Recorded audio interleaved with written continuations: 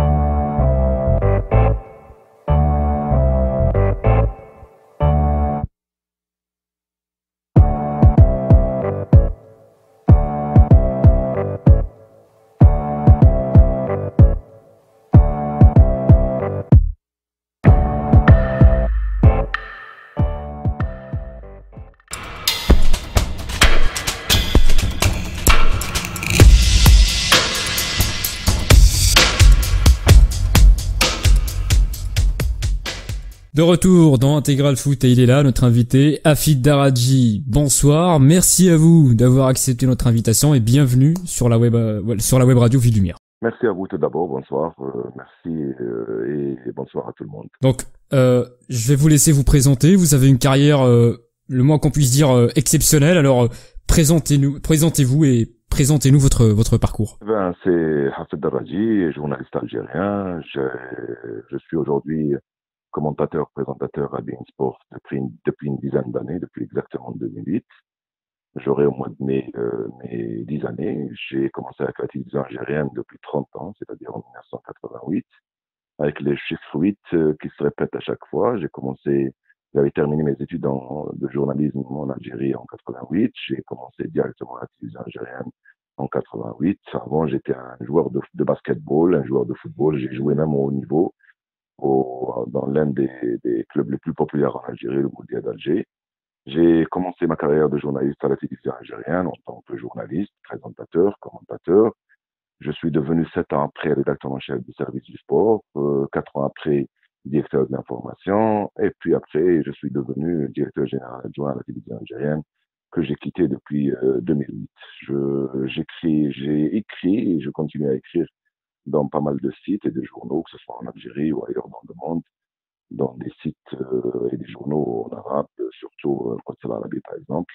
Voilà, c'est un petit peu ma carrière en Mhm. 30 ans. Et on peut dire que vous êtes l'un des commentateurs journalistes les plus appréciés en Afrique et au Moyen-Orient. Vous avez plus de 5 millions d'abonnés sur Facebook, une centaine de milliers sur Twitter. Comment expliquez-vous que les gens vous aiment, on va dire ça comme ça? Comment Euh, Tout le temps, j'explique ça par l'amour des Algériens, des Maghrébins et pour le football. Bon, les gens, ils adorent le football, automatiquement, ils adorent les joueurs, les entraîneurs et les commentateurs qui sont aujourd'hui devenus des stars aussi pour les téléspectateurs. Moi, je considère que nous avons de la chance d'avoir une population qui adore le football. Et puis, quelque part, il y a un effort qui est consenti par nous-mêmes en tant que commentateurs. Euh, Moi, depuis mon jeune âge, depuis que j'étais au primaire, j'ai toujours souhaité être commentateur sportif. On n'avait pas de télévision dans le temps, dans les années 70. On n'avait que la radio. Donc, j'ai grandi avec la radio, j'ai grandi avec le sport, avec le football, avec le commentaire sportif. J'ai aimé ça et j'ai eu un amour fou pour ça et un don avec le temps. J'ai beaucoup évolué par rapport à mes premières années. Donc, je commentais pas beaucoup de matchs parce qu'il n'y avait pas beaucoup de matchs. Il y avait des matchs de championnat une fois par semaine. Aujourd'hui, je commande 4, entre 4 et 6 matchs par semaine.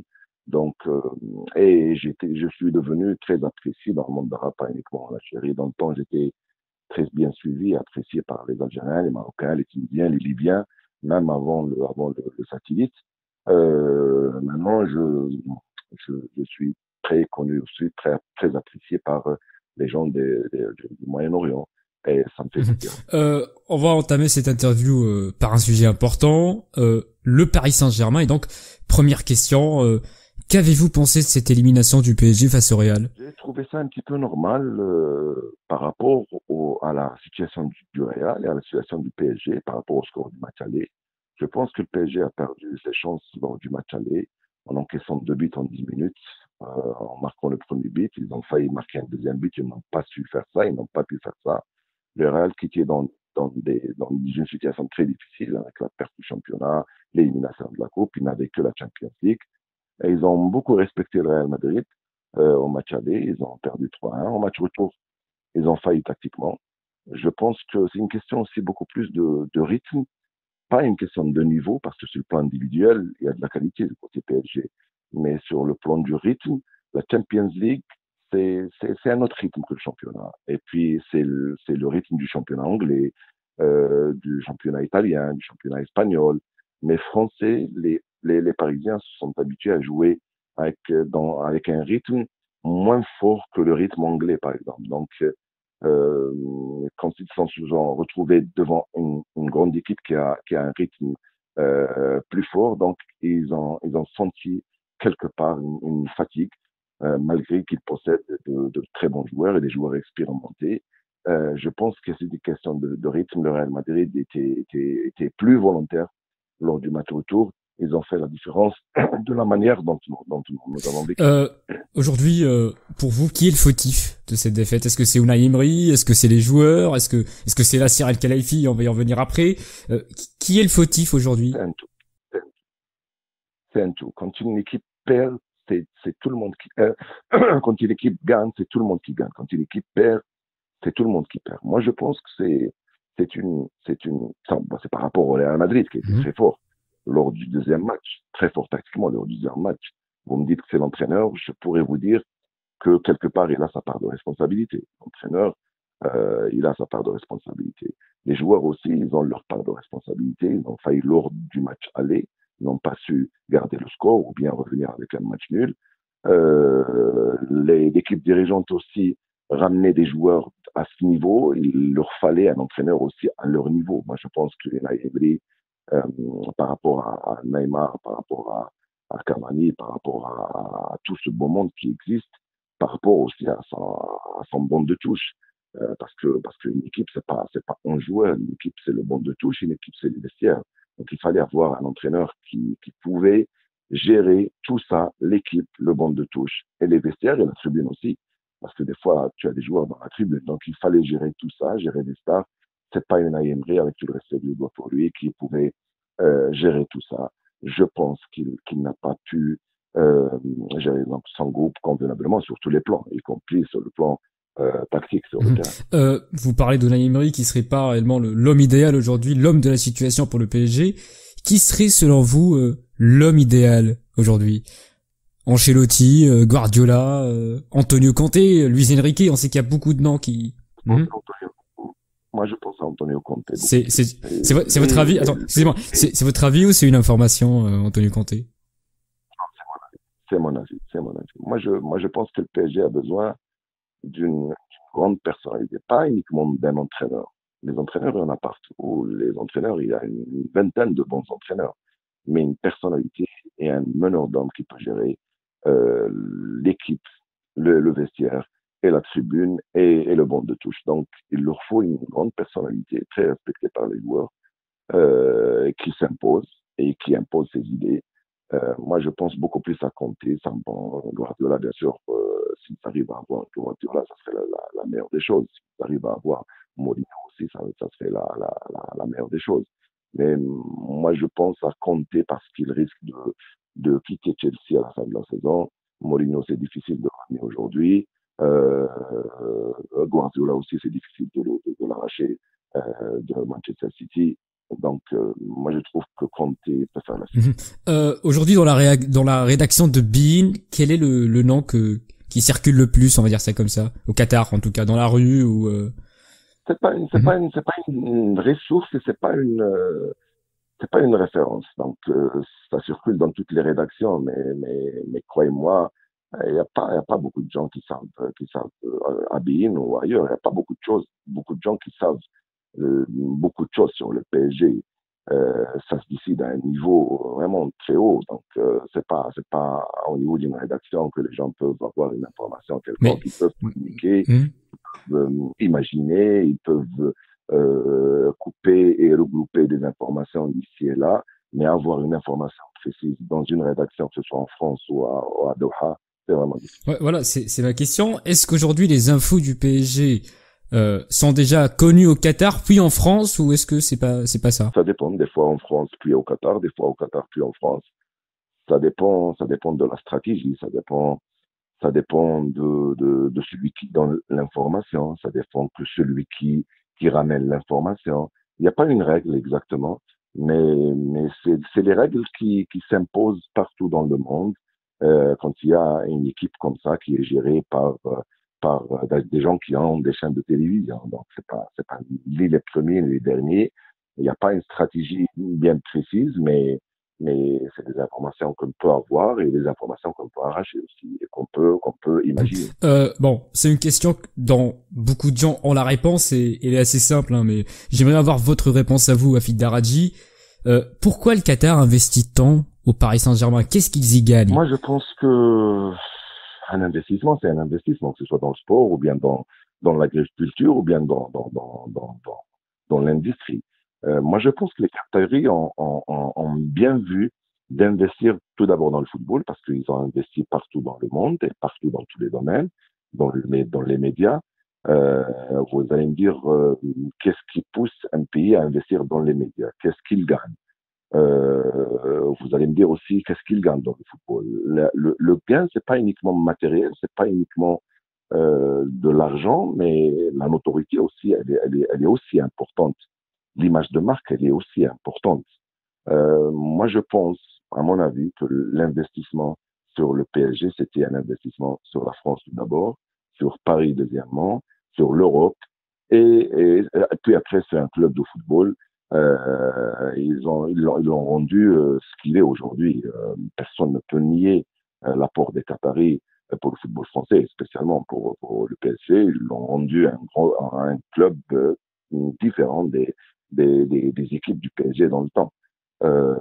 Pour vous dire exactement quelle était la raison qui les a poussés à investir, je vous mentirai. Mais je peux imaginer que c'est un investissement comme un autre.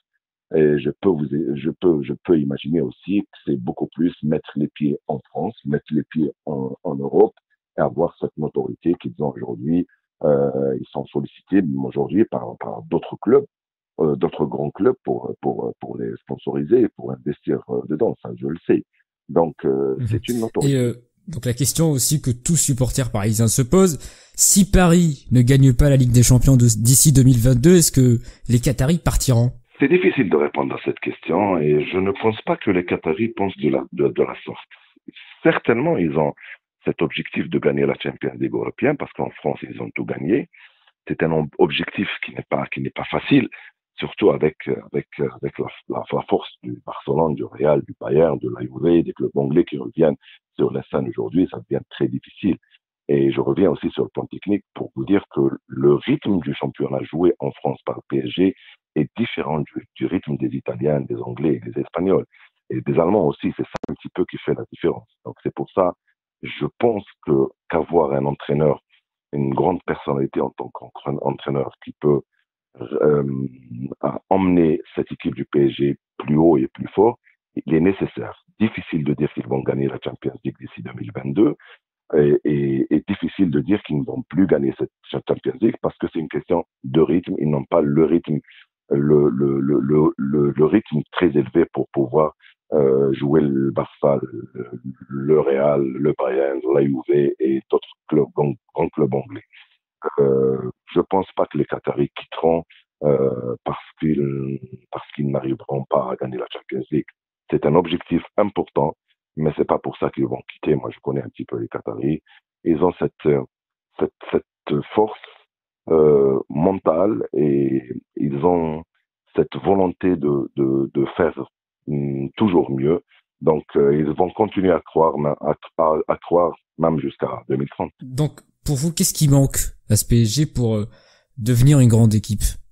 C'est quoi si vous étiez aujourd'hui le décideur, qu'est-ce que vous ferez pour atteindre les objectifs visés par le club? Qu'est-ce qui manque à cette équipe? Il leur manque un grand entraîneur. Il leur manque, moi, si j'étais à la place, décideur au PSG, je ne laisserais pas une nationalité, par exemple, dominer le club. Je ne laisserai pas, je ne ramènerai Vous parlez des ouais, Brésiliens. je ne ramènerai même brésilien ou italien ou espagnol ou allemand ou argentin. Je ne ramènerai pas 6 à Mhm. 7 joueurs d'un même pays. Ça, c'est clair. Je ne laisse pas aussi des grands joueurs sur le banc de touche. Je peux les vendre, je peux les prêter, les laisser dans les vestiaires et sur le banc de touche fait mal aussi à une équipe. Quand vous laissez Pastori, quand vous laissez Draxler, quand vous laissez dans le temps Lucas, de bons joueurs sur le banc de touche, ça peut créer une zizanie à l'intérieur du vestiaire. Et puis, il ne faut jamais avoir 7 à 8 joueurs d'une même nationalité ou bien d'un même pays. Il faut diversifier. Il y a la moyenne, ça doit être 2 à 3, maximum 3 joueurs. Ça, c'est les premières choses que je pourrais faire. On va parler du principal responsable aujourd'hui, Nasser Al-Khelaifi, qui est aujourd'hui le PDG de beIN Sport, et donc votre patron, vous le connaissez. Est-ce que vous pouvez nous parler de lui, nous parler de Nasser comme patron et comme homme? Comment il est? Comme personne à Doha ne peut vous dire que du bien sur lui, sur l'homme, l'homme intègre, l'homme gentil, l'homme sévère en même temps dans le travail, l'homme exigeant aussi dans le travail. Il draine cette chaîne. Si je parle de Bein, il l'a ramené de 2 chaînes jusqu'à une centaine de chaînes, jusqu'à une chaîne aujourd'hui, pas uniquement sport, avec le divertissement, avec les films, avec les investissements aussi en Turquie, en Espagne, en France, aux États-Unis, en Australie, partout. Donc c'est grâce à lui, grâce à sa volonté, grâce à sa vision aussi. Je parle de l'homme. L'homme, il est extraordinaire en tant que personne. En tant que patron, en tant que dirigeant, euh, c'est quelqu'un qui n'a pas de limite et c'est un rêveur. Il rêve toujours. Il n'a pas de limite à son rêve. Moi et toi, peut-être on peut rêver devenir quelque chose, une ou deux choses. Lui, il n'a pas de limite. Vous me dites qu'il a beaucoup de moyens. Il a derrière lui un émir, un frère et un ami à lui. Donc, il a cette confiance, et cette confiance qui le rend fort, confiant et optimiste à un point inimaginable. Donc, c'est à peu près ce que je peux dire sur le patron de Bein et ce que je peux dire sur le patron du PSG. J'étais l'un des premiers à être informé que le Qatar, par lui-même, que le Qatar va investir à Paris, dans Paris Saint-Germain. J'étais l'un des premiers peut-être à être informé qu'il allait être le président du PSG. J'étais l'un des premiers à connaître un petit peu quelques idées sur ce qu'il va faire au PSG. Donc, c'est pour ça que je vous parle de quelqu'un qui n'a pas de limite, qui a des rêves inimaginables. Et à ce moment-là, avant de devenir président du PSG, qu'est-ce qu'il vous disait est-ce qu'il était excité? Est-ce qu'il avait peur? On va dire ça comme ça. Qu'est-ce qu'il ressentait? Je savais qu'il voulait refuser parce qu'il voyait ça un petit peu bizarre pour lui. Il s'attendait pas.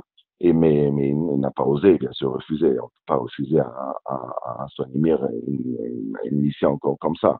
Il était très excité. Je dirais pas qu'il savait pas quoi faire, non, au contraire. Mais très confiant parce qu'il avait la confiance de son émir. Euh, je, il avait déjà commencé à, à poser des questions et à savoir et avoir nos avis, par exemple, sur certains joueurs. Je me souviens quand on avait parlé les deux en 2009 ou 10, je me souviens plus. On avait commencé à parler d'Eden Hazard avant qu'il devienne ce qu'il est aujourd'hui. Donc, c'était quelqu'un qui avait une vision très lointaine. Il m'avait parlé d'Eden Hazard à un moment où il était un joueur à Lille, je pense. Oui. Donc, il n'était pas encore Eden Hazard d'aujourd'hui. Donc, il avait commencé à réfléchir avant d'entamer sa mission au PSG. Euh, très, très actif, il ne dort pas beaucoup, très éveillé, très intelligent. Il vous comprend en vous regardant, il vous comprend. Donc, c'est ces qualités qui ont fait de lui, c'est ces qualités qui lui ont aidé à gérer un club dans un milieu qui n'est plus le sien. Il ne faut pas oublier qu'il a débarqué à Paris comme ça, qui connaissait pas beaucoup de gens, surtout dans le cercle du PSG. Il connaît des gens en France et à Paris, mais pas dans le milieu footballistique. Donc il était novice, il devait connaître des gens, se faire connaître, et il avait pris peut-être du temps, mais pas beaucoup de temps par rapport à quelqu'un d'autre ou par rapport à d'autres personnes. Donc il s'est intégré rapidement, il a commencé à comprendre le français, à parler le français, et c'était quelque chose d'exceptionnel. Il y un mythe en France qui dit que Nasser n'a pas le pouvoir de prendre les grandes décisions et que tout doit passer par l'émir. Est-ce que c'est vrai? Non, je suis sûr qu'il consulte avant de prendre les grandes décisions. Ça, c'est normal. Je ne trouve pas où est le problème ici s'il consulte. Donc, mais, je vous ai dit tout à l'heure, moi et lui, commencé à parler d'Eden Hazard. Donc, ça veut dire que il osait proposer, il osait décider. Je sais très bien qu'il consulte jusqu'à présent quand il s'agit d'une grande décision de ramener. Mais puis il n'y a aucun souci. Il peut demander à l'émir son avis sur Eden Hazard comme il peut le demander à moi-même ou bien à un proche de lui. Mais la décision, elle est prise à un certain niveau. Mais Nassar, il a son mot à dire sur toutes les décisions prises au sein du PSG, chose qui est normale. Vous avez dit Nasser, c'est un ami très proche, un frère pour l'émir. Est-ce qu'aujourd'hui l'émir peut licencier Nasser ou le remercier ou le congédier et faire venir un autre président? Est-ce que c'est possible pour vous ou pas aujourd'hui? Ni le licencier, le changer. Il peut charger une autre personne pour gérer le PSG. Il peut charger Nassar. Il a le rang de ministre au Qatar, Nassar Khelaifi. C'est un ami, c'est un frère. Euh, Si Nasser demain ne sera plus le président du PSG, moi je trouve ça vraiment normal Peut-être l'émir pense à donner un nouveau souffle au club, mais laisser comme ça Nasser, je ne pense pas. Je pense que Nasser Khelaïfi restera toujours un élément important dans le PSG, que ce soit en tant que président ou bien en tant que en tant qu'assistant, en tant que consultant, en tant que Nasser, il a sa position, il a sa place au Qatar et à sa place au PSG. Je ne dirais pas qu'il va le licencier, je ne dirais pas qu'il va le changer, mais il se pourrait que demain, Nasser ne sera plus président ou bien numéro un du PSG et il peut y avoir une autre personne, chose qui est normale. Moi, je pense que ça peut être quelque chose de normal, de normal. Mhm. Mhm. J'aimerais que vous me répondiez sincèrement. Vous le connaissez, Nasser Al-Khelaifi. Donc, vous m'avez donné ses points positifs. Quels sont les défauts à Nasser aujourd'hui? Il dort pas, c'est un défaut. Fait beaucoup de choses à la fois, c'est un défaut. Il, euh, il s'intéresse aux détails, c'est un défaut. Aux détails des détails. Si je parle de Bein Sport, il s'intéresse au maquillage, il s'intéresse aux présentateurs, aux commentateurs, aux caméramans, aux techniciens, à l'administrateur. À- il s'implique dans les détails des détails, dans les décors, dans les studios. Donc, c'est beaucoup pour un patron comme Nasser Khelaïfi qui a beaucoup de tâches. S'il était uniquement patron de la télévision, je pourrais comprendre ça. Mais gérer une chaîne comme Bein Sport de loin, par téléphone, par email, par WhatsApp, par Viber, c'est vraiment difficile. Mais il réussit à le faire jusqu'à présent parce qu'il ne dort pas. C'est un homme qui répond à un WhatsApp à 2 heures, 3 heures du matin. Je pense pas qu'il c'est quelqu'un qui dort. Un homme qui t'envoie et qui t'appelle à 7 heures du matin, je pense pas que c'est quelqu'un qui dort. Donc, moi, je considère que c'est un défaut de s'occuper des détails, des détails. J'imagine qu'au PSG, il s'occupe aussi de pas mal de choses. C'est ça qui le fatigue et c'est ça peut-être, qui pourrait nuire à sa santé. Mhm. Donc, je vous repose presque la même question que tout à l'heure. Si vous étiez décideur au Paris Saint-Germain, est-ce que vous garderez Nasser Al-Khelaifi? Si j'étais décideur, je le garderais, mais si je prends la position de, d'un employé de Bein Sport, je le laisse à Bein Sport. D'accord. Quel est votre avis sur les affaires aujourd'hui qui touchent Nasser Al-Khelaifi? On a vu d'ailleurs il y a quelques jours, il a été condamné en Égypte, à verser une amende de 18 millions d'euros. Il y a les affaires en Suisse. Est-ce que ça le touche dans la vie quotidienne? Est-ce qu'il est touché ou? Du tout, Mhm. du tout, du tout, du tout. Non, par rapport à l'Égypte, ça c'est une autre histoire, c'est une histoire politique qu'autre chose, plus que juridique. Pour l'histoire de Zurich, moi j'ai eu l'occasion de discuter avec lui avant et juste après, où il était très confiant, il rigolait, donc il m'avait même raconté son audience avec le juge. C'était ce que j'ai compris, c'était de la rigolade. Ils n'ont rien contre lui, c'était uniquement des paroles et des paroles. Je l'ai trouvé très serein, très sûr de lui. Je l'ai trouvé pas inquiet du tout, comme je le connais à chaque fois, très fort. Donc la preuve, aujourd'hui, il ne parle plus de ça, même la presse ne parle plus de ça. Euh, lui, il a tourné la page. Donc pour lui, et ce qu'il m'avait dit, c'était lui qui avait demandé à être auditionné pour ne pas perdre du temps pour tourner la page. Donc c'est lui qui avait demandé à être auditionné. S'il avait quelque chose à se reprocher, il n'aurait jamais demandé à être auditionné. Le futur entraîneur sera choisi par Nasser ou par l'émir?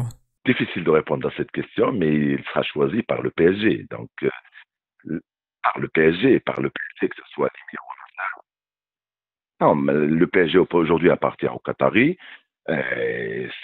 Si on reste dans le jargon journalistique, je dirais que le PSG va changer d'entraîneur. On ne pourra pas dire, on pourra pas dire que c'est l'émir qui fait ça ou bien c'est Nasser. C'est le PSG avec tout ce qu'il y a derrière qui vont décider de se séparer de Unai Emery et de ramener un autre entraîneur. Donc moi je pense que c'est pas vraiment intéressant de savoir qui prendra la décision. Partout dans le monde, si vous allez aux États-Unis, peut-être une décision que nous pensons que c'est Trump qui la prend, peut-être c'était sa fille ou sa femme qui prenait cette décision. Donc, chercher qui a influencé ou bien qui a décidé, l'essentiel. Moi, je préfère parler du PSG. Qu'importe qui est derrière, le PSG prendra la décision de se séparer de son entraîneur et amener un autre entraîneur. Et est-ce que vous avez parlé avec lui sur le cas Unai Emery? Qu'est-ce qu'il en pense? Qu'est-ce qu'il pense de Unai Emery aujourd'hui? Est-ce que vous avez eu cette discussion ensemble? Sincèrement, j'ai pas discuté avec lui sur ça. On discute comme ça sur des généralités. Et il est très respectueux des gens, même s'il n'est pas content d'un travail de n'importe qui, que ce soit au PSG ou bien à Bein. Il ne manque jamais de respect aux gens. Il parle toujours honnêtement sur les gens, même quand il se sépare des gens. J'ai eu l'occasion de connaître beaucoup de gens avec qui il s'est séparé. Ces gens-là, jusqu'au jour d'aujourd'hui, ils parlent de lui, ils ne disent que du bien de lui. Il se sépare des gens avec tout le respect qu'il doit. Donc, même avec une Emery, il ne dit jamais quelque chose de mauvais ou de mal. Il peut dire qu'il n'a pas réussi, il peut dire qu'il n'a pas eu de chance, il peut dire qu'il y a des raisons extra, peut-être footballistiques, qui ont fait que cet entraîneur a échoué ou bien ce joueur n'a pas réussi. Il trouve toujours des excuses pour les gens. Il parle, ce que je retiens, c'est qu'il parle avec beaucoup de respect sur les gens. Juste pour conclure sur Nasser, il vous a parlé de Ben Arfa. Est-ce que vous avez évoqué le sujet? On sait qu'il y a eu, on va dire, Ben Arfa a tenté de parler à l'émir. Qu'est-ce qu'on a pensé, Nasser, de... Non, Mhm. non, je pense pas que Ben Alpha a tenté de parler avec l'émir. Je ne pense pas qu'il le fera. Et puis l'émir n'a rien à voir directement dans un club comme le PSG. Moi, j'ai parlé de Ben Arfa. Lui, avec son sourire, il sait très bien que en football aujourd'hui, même avec un meilleur joueur, il peut ne pas réussir au Paris Saint-Germain, même si tu ramènes demain Messi, il peut ne pas réussir pour une raison ou pour une autre. Il peut ne pas se sentir bien au Paris Saint-Germain pour une raison ou pour une autre. Neymar peut ne pas se sentir bien au Paris Saint-Germain, malgré qu'il est l'un des trois ou quatre meilleurs joueurs dans le monde. Je ne pense pas que Nasser dit du mal de Ben Arfa. Peut-être, moi, je pense que c'était un transfert raté.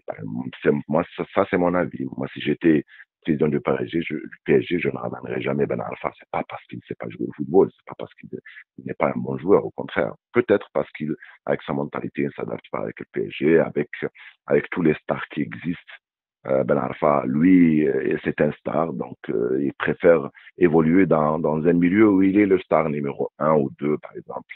Être parmi les 10 ou bien même parmi les 5, ça n'arrange pas Ben Arfa. C'est beaucoup plus, moi je pense que c'était un problème beaucoup plus psychique que technique. Et puis il a eu le mal avec l'entraîneur Unai Emery. Moi je pense finalement que c'est un transfert raté. Nasser ne parle pas, ne dit pas de mal sur lui. Plutôt, c'est moi qui peut-être lui parle, qui a parlé de pas de mal, mais j'ai dit que c'était un transfert raté. Ouais. On va passer sur l'Algérie. Alors, petite question, en tant qu'Algérien, que retenez-vous de cette élimination de la Coupe du Monde? Je retiens que nous sommes tombés dans un groupe très difficile. Je retiens que le Nigeria méritait d'y aller au mondial. Je retiens aussi que nous ne méritions pas d'y aller au mondial par rapport à nos prestations, par rapport à nos problèmes internes, par rapport au changement des différents entraîneurs. En l'espace d'une année, on a changé trois ou quatre entraîneurs. Je retiens aussi que nous n'avons pas su exploiter cet engouement, nous n'avons pas su exploiter cette génération pour y aller à la troisième fois au mondial de Russie. Je retiens que nous avons failli, comme l'Italie a failli aujourd'hui. Je compare pas l'Algérie à l'Italie, mais l'Italie n'est pas allée au mondial. Nous n'avons pas fait beaucoup de choses pour y aller au mondial. Nous avons cru que nous avions une grande équipe et que nous pouvions battre n'importe quelle équipe, pour que non, nous n'avions pas ça. Et nous n'avons pas su exploiter ce que nous avons comme potentialité humaine, beaucoup plus. Je parle des joueurs de cette génération exceptionnelle que nous avons aujourd'hui. Nous n'avons pas su exploiter et nous avons failli. Maintenant, qu'est-ce qu'il faut changer pour déjà viser la CAN, la prochaine CAN, et après éventuellement la Coupe du Monde, la prochaine Non, Coupe tout du Monde. d'abord, Qu'est-ce qu'il ce qui faut a été changer aujourd'hui dans changé, l'équipe je nationale pense algérienne? qu'il va pas arranger notre équipe nationale. Il ne va pas arranger notre football en général. Nous étions dans une logique et dans une pyramide et dans une lancée. On pouvait aller loin. Ça pouvait être le mondial, ça pouvait être un tremplin. Même si nous n'étions pas qualifiés, on pouvait relancer. Mais ce qui a été fait après, avec les changements au niveau de la fédération, les changements aussi au niveau des staffs techniques, avec le mauvais choix d'Alcaraz, puis après mon autre mauvais choix avec Madjer, je considère que c'était un mauvais choix parce que Madjer n'a pas les diplômes, n'a pas la capacité d'entraîner et de gérer une équipe nationale. Quelqu'un qui était au chômage pendant une quinzaine d'années ne pourrait jamais être entraîneur d'une équipe nationale. Quelqu'un qui n'a pas entraîné un club, que ce soit en Algérie ou ailleurs, quelqu'un qui n'a pas cessé de critiquer les joueurs, les binationaux, et les joueurs de l'équipe nationale ne pourraient jamais être entraîneur de l'équipe d'Algérie. C'est par rapport à ça aussi que je suis un petit peu pessimiste par rapport à l'avenir de notre football en général et l'avenir de l'équipe nationale. Oui, aujourd'hui, avec toutes les difficultés qui existent, avec cette zizanie entre les joueurs, pas entre les joueurs bien sûr, euh, ce, ce discours euh, entre le joueur local et le joueur binational, au moment où nous avions toujours pensé que nous avons dépassé ça.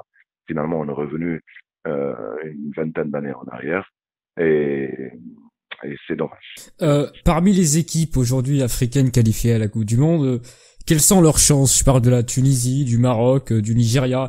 Est-ce qu'ils peuvent faire quelque chose ou vous les voyez rentrer dès les phases de groupe? Par rapport au tirage de sort, je dirais que ça va être difficile, trop difficile même.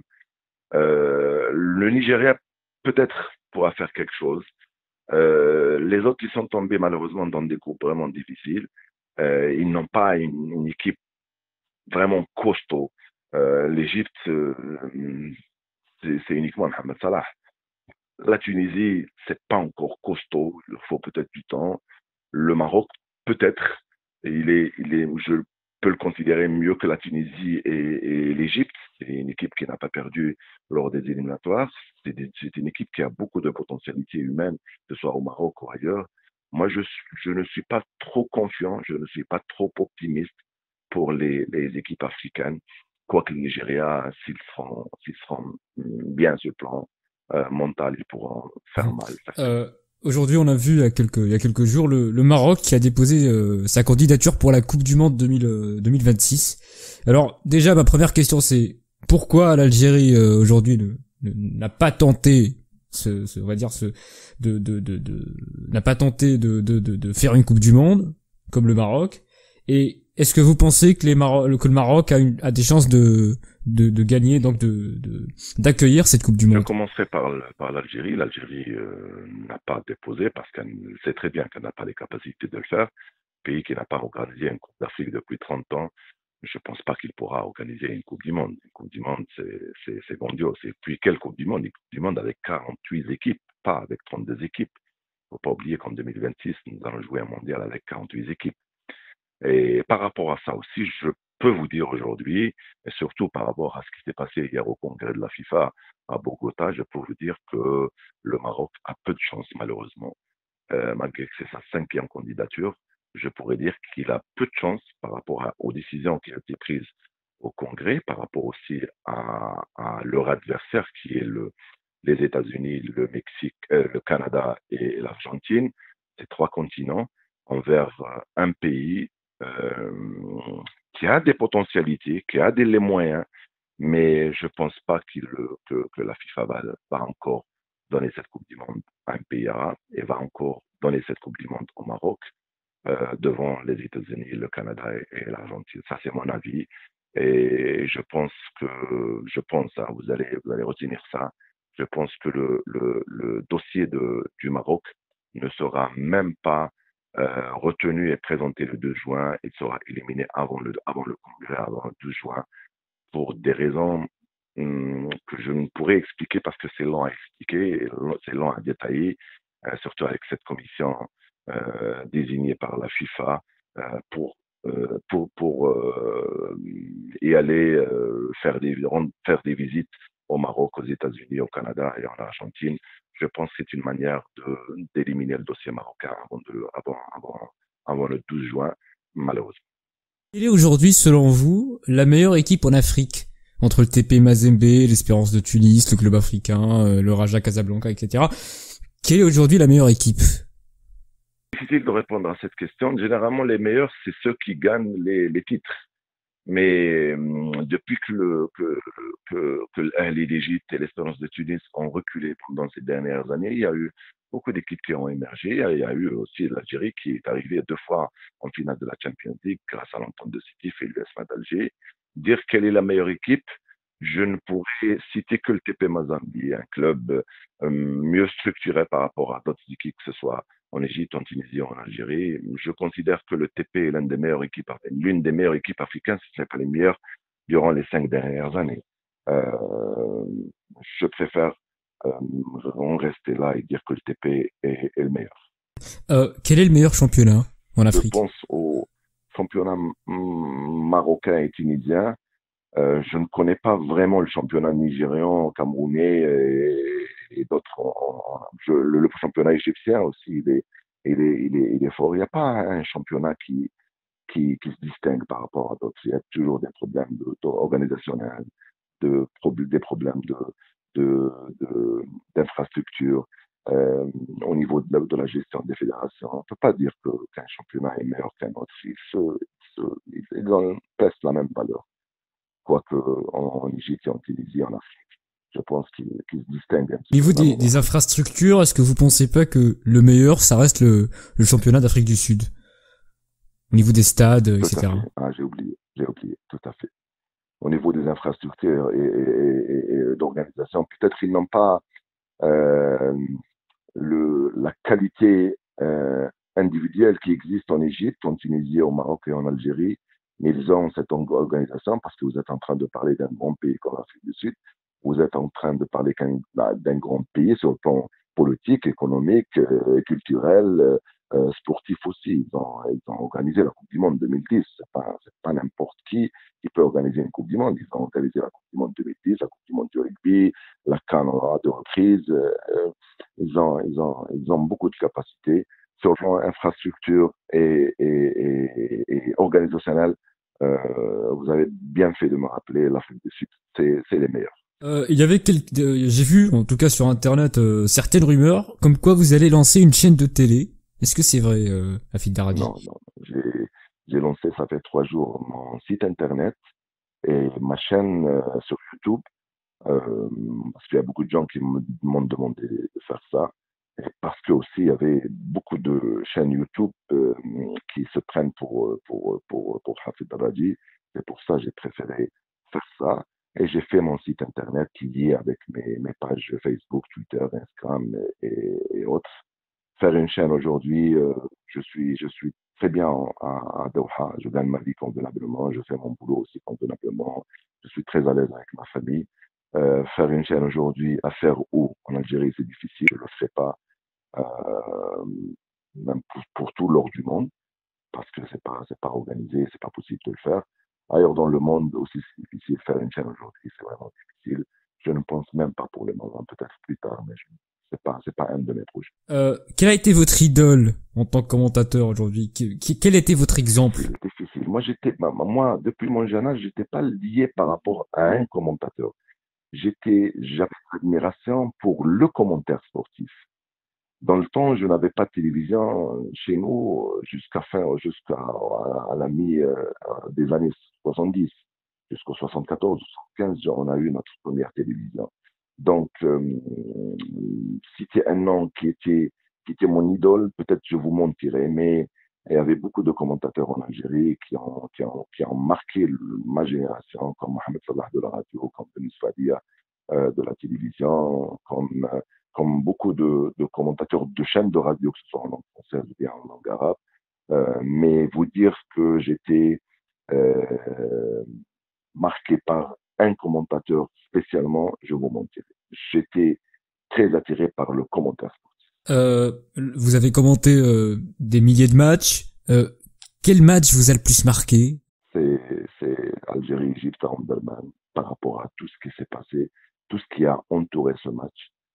C'est pas uniquement par rapport à ce match, par rapport tout d'abord à tout ce qui a entouré ce match et par rapport aussi au match retour au Caire auquel on a été tabassé par les Égyptiens. Donc c'était une belle vengeance. Là, on fait un grand match, il y avait beaucoup de public, beaucoup d'engouement. Ça restera gravé dans ma mémoire parce que aussi j'ai vécu ça, même de loin j'ai vécu ça. Je peux vous dire que j'étais le premier à recevoir les images de Canal+. J'étais en contact avec les gens au Caire, ils m'ont envoyé des images. Nous avons reçu et diffusé aussi à Al Jazeera avant la télévision algérienne, avant n'importe quelle télévision. Donc j'étais dedans et ça restera gravé dans ma mémoire comme de, de mes meilleurs matchs, non, l'un des moments les plus forts de ma carrière journalistique. Et on se dit, déjà, est-ce que Beansport c'est le sommet ou est-ce que vous visez autre chose aujourd'hui?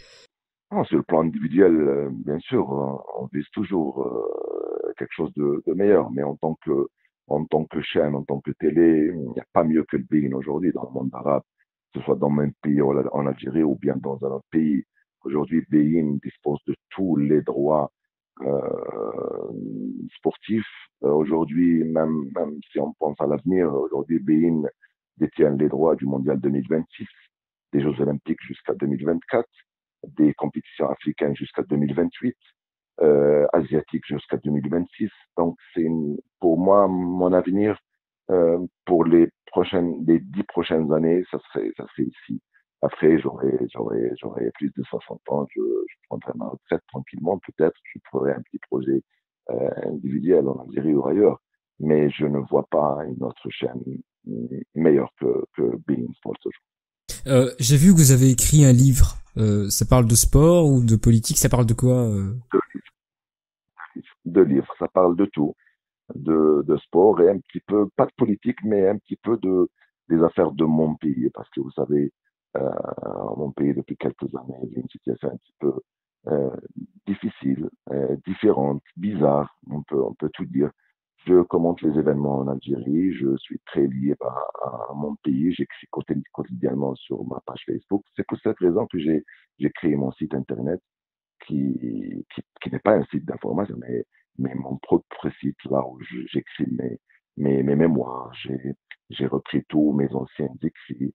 Euh, j'ai fait auparavant 2 livres, mais un livre, ça reste un livre. Laissez ça sur un site internet pour les générations futures, pour revenir et voir ce que j'avais écrit en 2013, 2014, 2015, jusqu'au jour d'aujourd'hui. Je pense que c'est la meilleure manière de laisser une mémoire pour la future génération. C'est ma manière aussi de lutter. C'est ma manière aussi de dire ce que je pense avec tout le respect envers les gens et envers les institutions de mon pays. J'ai beaucoup de respect pour les gens et pour les institutions, mais je considère que l'Algérie mérite mieux. Je considère qu'il faut, en tant que journaliste, qu'il faut que je fais mon devoir de journaliste, mon devoir d'écrire, mon devoir de parler aussi. Donc, je le fais le plus normalement du monde. Voilà. Je sais que beaucoup de jeunes de vos fans nous écoutent, qui veulent peut-être aussi devenir commentateurs. Alors, comment devenir commentateur, Afid Daradji? Quelle est la recette ou la marche à suivre pour devenir commentateur sportif? Tout d'abord, il faut avoir un don. Deuxièmement, il faut aimer ça. Troisièmement, il faut faire des études. Parce que beaucoup de gens pensent qu'un commentateur de football, il ne parle que du football, il ne dit que Messi ou Ronaldo, ce joueur a donné ce ballon, lui, il a marqué. Donc, faut avoir une culture. Tout d'abord, il faut avoir un don et aimer et chercher une occasion et profiter des occasions et des opportunités pour émerger et pour prouver que vous êtes capable. C'est pas donné à tout le monde. Moi, je pense que c'est un art et il n'y a aucune différence entre un chanteur, un acteur, un danseur ou bien une danseuse et un commentateur. C'est aussi de l'art Il faut l'aimer, il faut le faire avec amour. C'est ce que je fais moi aussi. J'aime mon métier.